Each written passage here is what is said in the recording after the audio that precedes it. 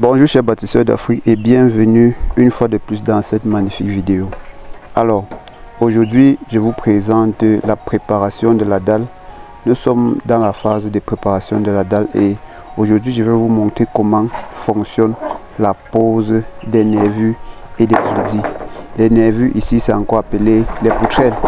Pour ceux qui s'y connaissent un peu dans le domaine de la construction, les nervures on appelle aussi ça les poutrelles. Alors cette dalle c'est une dalle à corps creux, comme vous le voyez là, c'est une dalle à corps creux, c'est-à-dire une dalle à houdis. Ce n'est pas une dalle pleine. J'ai fait des vidéos où je vous parlais de la dalle pleine. Aujourd'hui je vous parle de la dalle à houdis et je vous montre comment est-ce qu'on fait la pose des nervures et la pose des houdis. Alors la première étape est tout simplement de suivre d'abord ce qu'on appelle le coffrage, c'est-à-dire le solivage et l'étayage. Il faut d'abord respecter l'étape de solivage et d'étayage. On se retrouve là derrière pour que je vous parle d'une façon pratico-pratique comment est-ce que nous réalisons la dalle à corps creux. Donc je vais vous présenter ici les étapes que nous avons suivies pour arriver à la phase de la pose des nervures et la pose des houdis. Alors la première étape qu'il faut suivre c'est ce qu'on appelle les demi-chaînages. Les demi-chaînages ce sont les demi-poutres que nous réalisons, nous coulons à moitié, ce que vous voyez là, et après cela nous faisons ce qu'on appelle le solivage. Le solivage c'est la ceinture du bâtiment et le croisement des lattes que vous voyez là, sur lesquels les poutrelles vont venir se reposer. Et après avoir ceinturé, après avoir fait le solivage, nous faisons ce qu'on appelle l'étayage. L'étayage c'est utiliser ces jambes de force là, utiliser ces jambes de force que vous voyez là en bas pour pouvoir étayer la dalle. Alors l'étape principale ou alors l'étape la plus cruciale est l'étape qu'on appelle la pose des nervures ou alors la pose des poutrelles, ainsi que la pose des houdis. La pose des houdis ce sont les éléments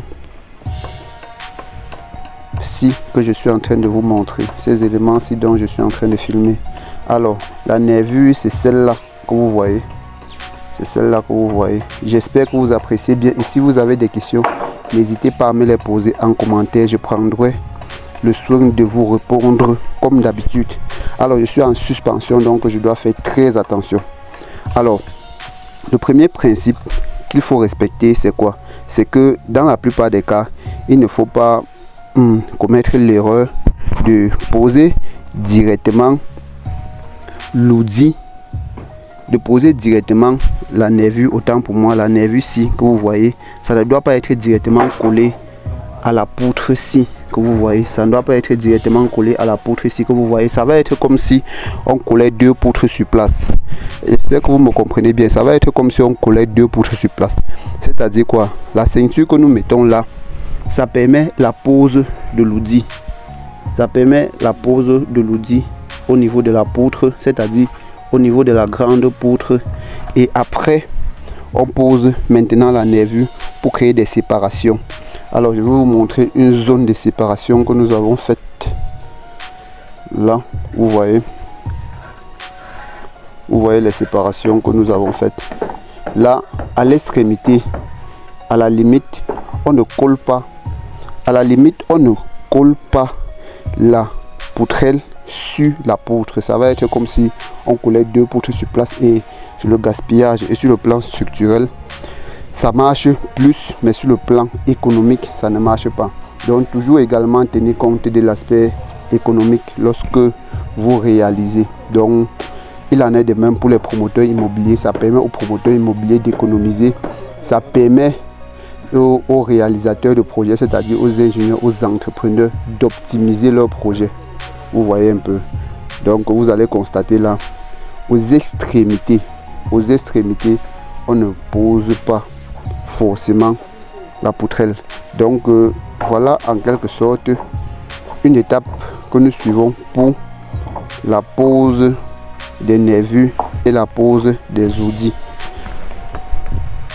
Comme je vous l'ai dit, je suis en suspension, donc faire la vidéo également en suspension, il faut être très prudent, il faut faire très attention.